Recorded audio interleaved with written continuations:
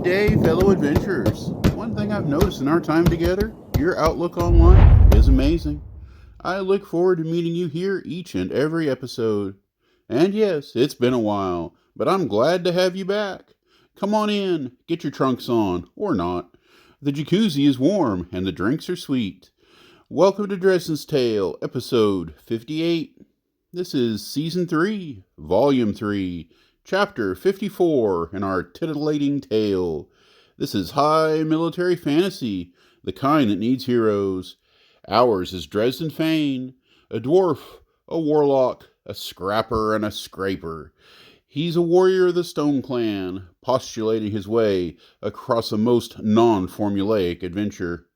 I'm Lewis Nichols, your man behind the podium, the great inventor, your answer to the question, etc., etc. I'm the guy who wrote this crazy project spanning 2 decades and a whole cartload of Word documents. Thanks to YouTube, I've now got a reasonable way to pass it on to you. My first campaign world is actually the same world Dresden travels through today. That was a long time ago, both in fact and in fiction. I was telling the story of an age's end with civilization in decline. It was high magic, the kind of world where you walked into a maid shop and ordered up exactly the enchanted devices you needed. As long as you could pay for it, there were mages to make it. Cities were built with magical infrastructure that might as well been modern world technology. Air conditioning, refrigeration, interplanar travel. It was all accessible, and I tore it all apart. 10 years before The Walking Dead's first publication, I had a zombie apocalypse, but that was just the beginning of the disasters hastening the end. Back then, TV and movies hated sad endings, and even culpability for events in an episode. Then Babylon 5 came along, changed everything. Fight me in the comments if you don't believe it, but there is a relevant point here. These days, TV and movies are all about tearing it down. I'm looking at you, Battlestar Galactica. Yeah, it was The Walking Dead too. No matter what, episode to episode, season to season, things just kept getting worse. Conflict certainly does drive a plot, so it's easy to understand why we love this stuff. However, I just like to see the good guys win sometimes, so I'm bucking the current system again. Listening to Dresden's Tale, you are not witnessing the end of an age. You're here to watch the sunrise on a new day. You'll see conflict, and sometimes things will happen that you don't like. But chapter to chapter, volume to volume, the world will grow. That's enough introspections for now. Let's get to it. Well, it looks like Dresden's gotten himself into a scuffle. Pull up a chair, let's watch. It's Oot's second day, 2052 years after the fall. Tribulations 240. Into the waste the strong will travel, the smart, the wise, and the quick. Only the weak will tend the nest, left to hear the tales of the missing. Dresden squirmed uncomfortably inside the blob of heavy chainmail. It was Campbell 3-in-1 Plus, the butt of jokes from other clans. Most considered their ceremonial armor the junkiest of all the midweight armors. Their own serious clansmen didn't use it, except for the odd set that picked up an enchantment. 3 rings of cold iron looped together plus 1 of bronze for a little added durability. Really all it did was drive the value up, making it even harder to trade for, something that nobody really wanted to start with. It was supposed to be visually appealing, but Dresden didn't agree.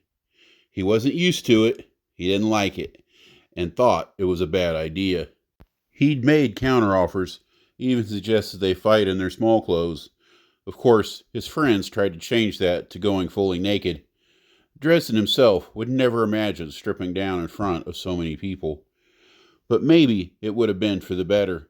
He was miserable, the sweat already dripping down the back into the crack of his ass. Despite thick woolen under armor, his chest hair kept getting snagged and yanked by the armor's rings. The humany face acted like he'd already won. Dresden didn't like that either. When the drums sounded, he moved in without hesitation. Let me tell you about the Campbell I got my last weapon from. Soft skin. Under the shade of an opal tree, they fought in the town's center over possession of a mundane steel hammer. He knew it as a Southern pug maul, or just a pug. A few of his old militia friends had used similar weapons. This one had been made in Parnsilia by an anonymous member of the Carver family. It had served on 3 planes, Moldav, Balestrand, and now Vool. Pugs were long-handled hammers, ideal for hand-and-a-half usage. Dresden would not wield it in that style. He'd gone without his shield for a while, toying with the bishop's blade, and that was done. Shield and mace, shield and hammer was the combination for him, and he liked that pug. Dresden was drawn to the dark oiled metal and appreciated its high grip. A small test before the match found it well balanced for one-handed use. If he needed to, he could still bring it around for an arcing blow with either the thick spike on one side or the flattened cudgel on the other. His opponent didn't panic over Dresden's assertive start, as some men might. Instead, he made Dresden chase him in a wide circle until they were back out into the glaring sun. The warrior sidestepped, maneuvering to strike Dresden in the shoulder. Armor works pretty good, the dwarf said casually, before cracking him in the hip with a blow of his own. They both wielded mundane royals, the most popular hammer among the southern clans, short-handled with a heavy, blockish end. It was for a pocket space, Dresden told the tale of his last weapon. The guy really needed to get to Camberg, so he gave me a fine steel mace. It didn't have a history, though, not like your hammer. The challenge was the most interesting thing going on in town, so it drew a crowd. Hundreds watched, bets were made, and the ale distributed. Ralph suggested the only reason Johannes, a head priest or high priest or something like that, had agreed to allow the challenge at all was to stir up business. Dresden didn't care. He just wanted the hammer. He took a hard blow to the shield and turned back on the offensive. Again, he struck a number of minor blows as his opponent withdrew. 10 steps back, his opponent pivoted. Another deft attack left a sting in the small of Dresden's back. The whole lead-up to the battle had been a farce. Liz caught him eyeing the hammer and turned it into a joke about him looking over the wielder. It's okay, Dee. He's a handsome guy. Little thin for me, but whatever you're into. After a laugh, she went to the man and looked him over, taking him and spinning him for all to view. If you're looking for some action, I'll ride that horn, he told her bluntly. Ha! She let out an exaggerating laugh, then turned back to her friends. He's got no campaign tats worth mentioning. You can take him. Turns out she was right. Dresden was chasing again, but on the 9th step, he drove forward in his strongest attack yet. It took the man back, nearly tripping him up. Dresden was sure the concession was imminent. His opponent sucked in hot air. His balance was off, having a hard time maintaining an effective stance. The goal was never to kill him, just to prove dominance. Rather than giving up, the human came at Dresden in one last attempt to break him. He took the first blow in the shield and let the armor absorb his second. In a moment of theatrics, Dresden threw up his arms and yelled at the man, "What can you do?" After the match, Donald healed both warriors. Dresden took his prize and retreated into the shade of the wagon yard. "What can you do? You know, if I tried some shit like that, he'd just busted my head open," Ralph told him. Dresden pulled a piece of raw lumber from a cart and went to work. He was beat. If we'd have gone another round, I might have put him out for weeks. Or killed him, the pterodon squawked. If I had to. It's a nice hammer. Dresden held it up for another good look. Blades are all right, but this feels good in my hand. Blades are for northerners, Ralph said. It was true that plenty of Stone Clan warriors used variations of the broadsword, but not like the Campbells. It was certainly the weapon of choice, whereas maces were favored in the South. No one really favored the bastard sword. It was too expensive to produce and much harder to store and transport. Then there were spears. Every clan had their share of the pointy boys. I don't care what's popular, just what works. Rot! Grace had some friends come in this morning. Ralph changed the subject. Dresden grunted, trying to figure out why they were talking at all. He'd promised to help with wagon wheels, and chattering with his friend wasn't productive. Yeah, I know. You're probably wondering why I was here. I got 'em started in the camp. They didn't have much coin. Good news is, if we all work together, you won't have to worry about being in charge anymore. They've got a trio that would qualify for any second-tier paramilitia. You'll be a noob again. That's all right. All right, Dresden. I think I love her. Why would you let something stupid like that happen? Chopping and filing raw wood into components for new wagons was not the work of heroes, but it was work. After chasing Ralph away, Dresden got back to it. One at a time, over and over again, he turned a pile of lumber into spindles for the large wheels favored as ideal in the local terrain. Sweat trickled down as the tedious work went on. He'd nearly decided it was worth talking to help him pass the time, but then he'd have to feel bad about shooing Ralph away after his confession. Finally, he decided it was time for water. Looking up, he noticed everyone else backing away. Spinning to face whatever was coming, he felt his muscles involuntarily seize into place. Closing on him were not Itarians, but a mix of priests and fighters. Songbirds swirled in their midst. Oh no, not again. What are these signs? His capture had been abrupt. They announced themselves as inquisitors and rushed him into a large structure marked as the Eastern Alliance and Church of Halloy. These signs, the tall, lanky man yelled at him. He had been one of the three who stood for his challenge. He'd also been the one who voted against him, questioning whether he really had standing. The tall priest screamed at him yet again.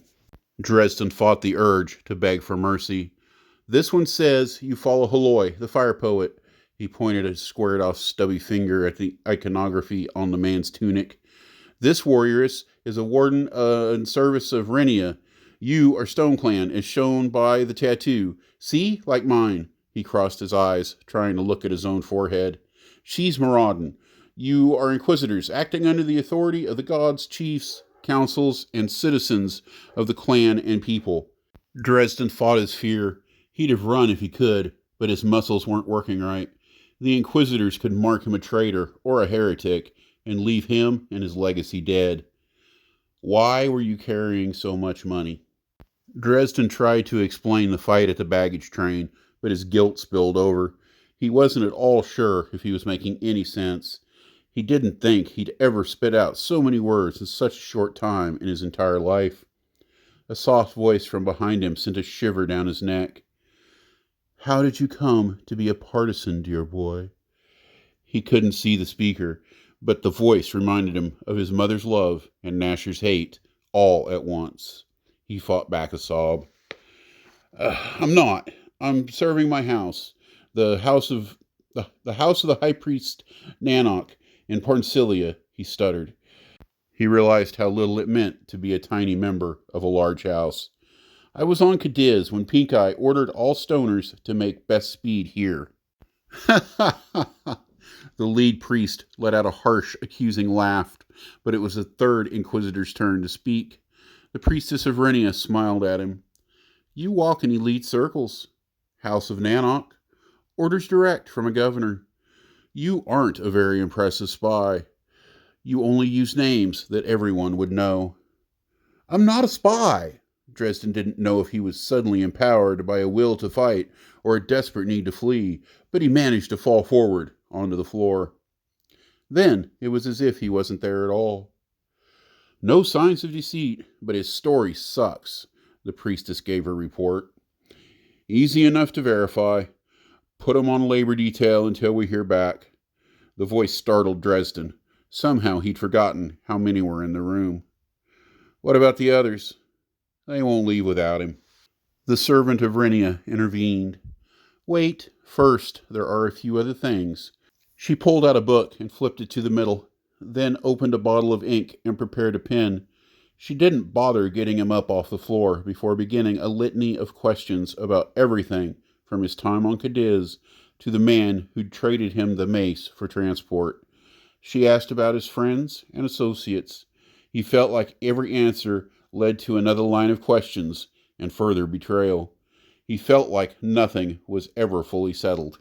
He tried to be truthful, but found a great deal of his recent life complicated and hard to explain. In a structured world, he had fallen outside the normal bounds. In the end, he was sequestered to a compound where the only thing to do was cut out blocks of sandstone and worry. At least I'm not the only one they nabbed. Dresden stood naked with his hands hiding his crotch. Apparently, prisoners didn't get to wear clothes. "Rot! They're questioning Liz right now," Ralph told him. "Donald, too, but his papers are in pretty good shape." "And you?" The reptile waggled his wings. "Me and the Inquisition, we go way back. Kimmy, Priestess Kimberly, she knows me pretty good. She hates me, I think. Rah! But she knows I'm not a spy. I wonder if any of them are." He looked over the group of Dresden's fellow prisoners. Surely they wouldn't do this if they hadn't found one or two. "Rah! Could just be they're paranoid. It's sort of their job." "I really need to get my travel journal in order," Dresden grunted. I'd also like to know what kind of magic they were using on me in there. Pretty sure they have a Priestess Adalius in there. Nasty business. There were just two with me. That's all I saw. Really, you should go. I'll cut a few stones for them, and it'll be done. It can't be that hard to verify who I am. Yeah, well, just make some friends. Just not with the spies. The compound wasn't well built or secure. There was nothing to stop him from just skiffing away. The threat was implied. If you try to escape, you must be guilty, and we will find you. Meanwhile, the head guard admitted out of the 28 prisoners held, only 2 or 3 were likely to be spies. They knew they had infiltrators. They were chasing divinations and auguries.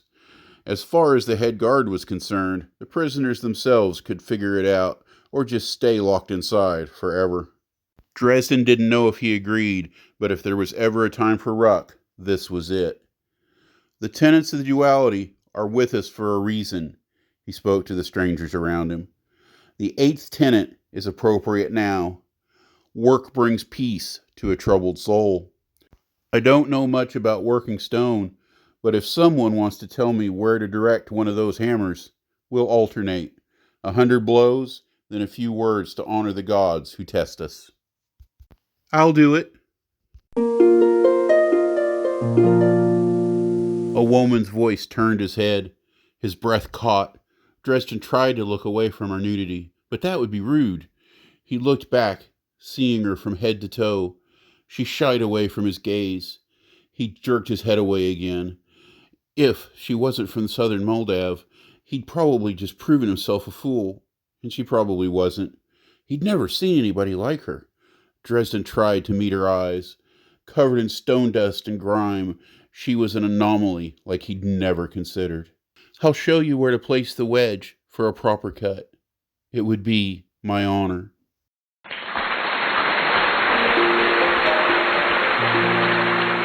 "Did you hear? Never mind. The Celts don't even have stringed instruments. Not many, anyway." "Well, Dresden's in trouble again, sort of.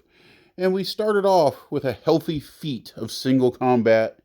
I always stress these challenges aren't lethal, but what happens if somebody..." "What the hell? Sorry. Must just be something outside my window. What was I saying? Yeah, what if somebody just won't tap out? In a lot of game systems, you operate near peak efficiency right down to 0 health. That's not true in Dresden's.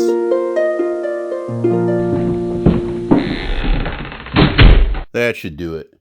Around about a quarter health, or after so much exertion, you start to lose combat effectiveness. Then, below 0, you still have a long way to go before death." "Seems like it's coming from inside the room. Sorry about the annoyance." Yeah, so there's a lot of nuance in the system pertaining to exhaustion and wound recovery. I give up. Even the crickets won't come out with all this racket. I'll get this fixed. Now do the stuff. Like, subscribe, share, like, subscribe, share. Leave a comment or something. Visit my fiction on... Oh, you know what to do. Everybody have a good day.